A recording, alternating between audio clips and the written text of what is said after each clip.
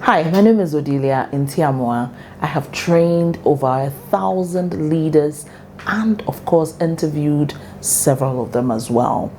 I have also interviewed 8 presidents, and I've got some important nuggets for you in building your brand, because that is a critical thing to do in order to be able to enter certain spaces that ideally you wouldn't have had the opportunity to.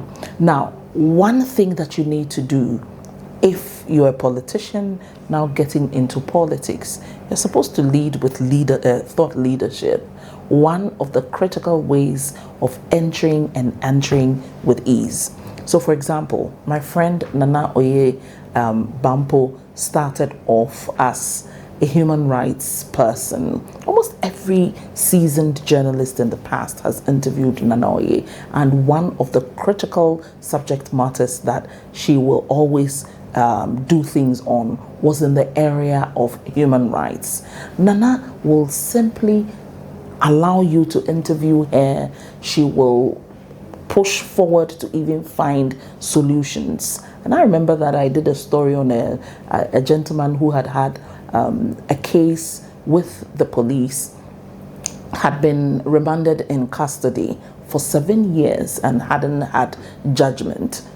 By the time I was done with the story, interacted with Nana, within a space of a month, the man was released. Now, if there was going to be any minister who was going to be social welfare connected, gender connected, and issues relating to that, having looked at how Nana on a consistent basis has been focusing on this particular area, it's a no-brainer. If any president is looking for a suitable person for the role, they would definitely find Nana to give her the position. And no wonder she became Minister for Gender and now currently second in command when it comes to Chief of Staff. So for you politicians, don't wait until you're looking for the political role. Begin to act in a certain way that gives you that edge over competition. So thought leadership is one of the critical things to do when you want to go into politics. So let's say you want to go into politics, you would want to become Minister for Trade. Begin to do things within the trade space. Do not wait. And that is why most of the time it becomes really plastic when politicians in a few days to going for the elections begin to cook banku, begin to sweep communities. It looks really artificial, and nobody is willing to vote for people like that. There's a principle, and that principle or a framework called the 7-11-4. Now, the 7 is before people really recognize you and give you a full attention, you must have put out 7 hours of content on with 11 touch points and then 4 on 4 platforms. That will let you when you enter rooms. For example, when I enter rooms, I meet people who say, oh, I see your stuff all the time on LinkedIn. Consistency. I'm consistently talking about something. And so when you're looking for someone to give an opportunity to in a particular area, you will give it to me. The third thing you should do is, in your thought leadership, you should be doing things in a particular area.